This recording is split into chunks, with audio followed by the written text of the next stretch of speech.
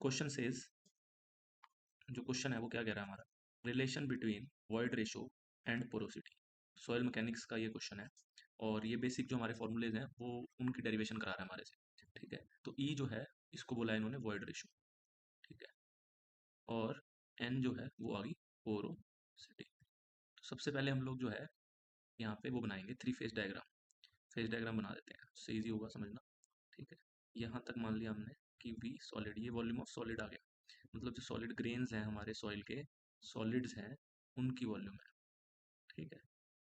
और जो बचा हुआ पोर्शन है ये है हमारा वॉल्यूम ऑफ वॉइड्स टोटल, ठीक है। ये क्या है, बचा हुआ वॉल्यूम ऑफ वॉइड्स, मतलब जितने भी वॉइड्स हैं उसकी वॉल्यूम, ठीक है। अब इस वॉइड, जो बची हुई वॉल्यूम ऑफ वॉइड है, इसके अंदर हो सकता है वॉल्यूम ऑफ वाटर भी आ जाए और वॉल्यूम ऑफ एयर भी आ जाए, मतलब हो सकता है इसमें थोड़े बहुत पोर्शन में वाटर हो, मतलब अगर इसके अंदर सॉइल के अंदर मॉइस्चर है तो वो यहाँ पे आ जाएगा, और बचा कुचा जो है हो सकता है मान लो इतना इसके अंदर वाटर हो तो ये वॉल्यूम वाटर आ जाएगा, बचा हुआ जो है वॉल्यूम ऑफ एयर आ जाएगा। तो इन दोनों को मिला के हम लोग बोलते हैं वॉल्यूम ऑफ वॉइड्स, ठीक है।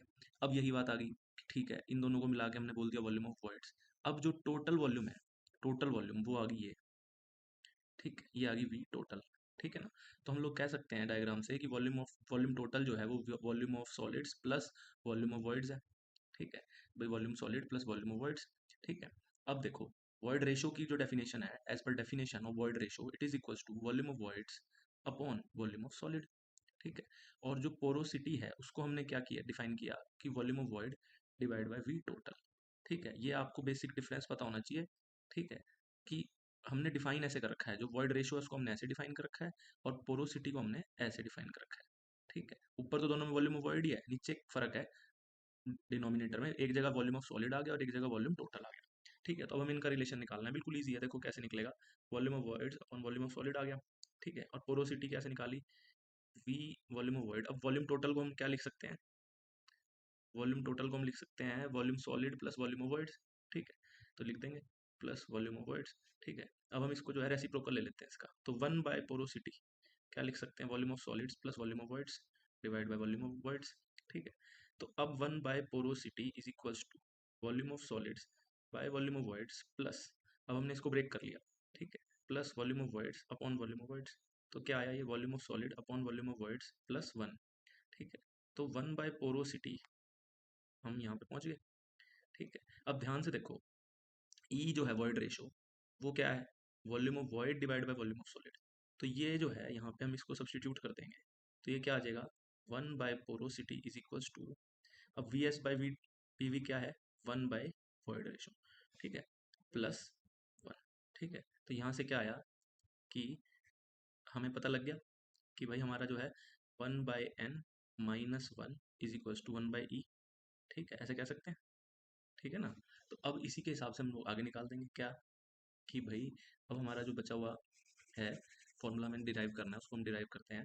तो ये आ गया हमारे पास में, क्या आया कि one by N minus one is equals to one by E, ठीक है। तो हम यहाँ निकाल लेंगे N, one minus N is equals to one by E, ठीक है। अब हम इसका रेसिप्रोकल ले लेते हैं, रेसिप्रोकल ले लिया, ई आ गया, E is equals to N upon one minus N, तो ये हमारा डिराइव हो गया।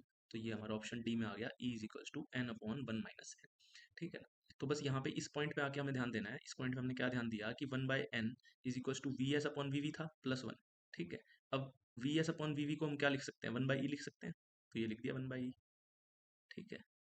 तो दिस इंप्लाइज कि one by n is equal to one by e plus one, बस फिर बाकी तो ईजी है, ठीक है। तो ये हमारा जो रेशो का क्वेश्चन आ गया, ये हमारा कंपैरिजन रिलेशनशिप का क्वेश्चन आ गया, भाई रिलेशनशिप बतानी है ई और एन के बीच में, तो वो हमें वैसे तो हमें ये याद कर लेनी है, क्योंकि ये क्या है, ये क्वेश्चन ना बेसिकली आपका एसएससी जेई में ज़्यादा आ सकता है, ठीक है। गेट में तो इतना आसान क्वेश्चन नहीं आता, कई बार आ भी जाता है, ईजी है, बहुत ईजी है, ठीक है, कुछ नहीं है, एक दो बार डिराइव करोगे आपको याद हो जाएगा, ठीक है। तो बेसिकली कैसे चलना है हमने, हमें ये वैसे भी वैल्यू याद होनी चाहिए, फॉर्मूला में याद ही हो जाना चाहिए, is equals to N upon one minus N, ठीक है, क्योंकि हमें फास्ट सॉल्व करना है, ठीक है। अब मान लो आप इंजीनियरिंग सर्विसेज का एग्जाम देने जा रहे हो तो वहाँ तो आपको ये याद ही होना चाहिए, बिल्कुल गेट में भी याद होना चाहिए, ठीक है। एसएससी में तो डायरेक्ट पूछ लेगा, यही पूछ लेगा डायरेक्ट, ठीक है। गेट में और इंजीनियरिंग सर्विसेज में तो इसकी एप्लीकेशन आएगी, ठीक है ना। लेकिन एसएससी जेई या मान लो स्टेट जेई का जो एग्जाम होते हैं उसमें तो आपको डायरेक्टली पूछा जाएगा e is equals to what, ठीक है। तो हमने सीधा बताना है e is equals to N upon one minus N, ठीक है।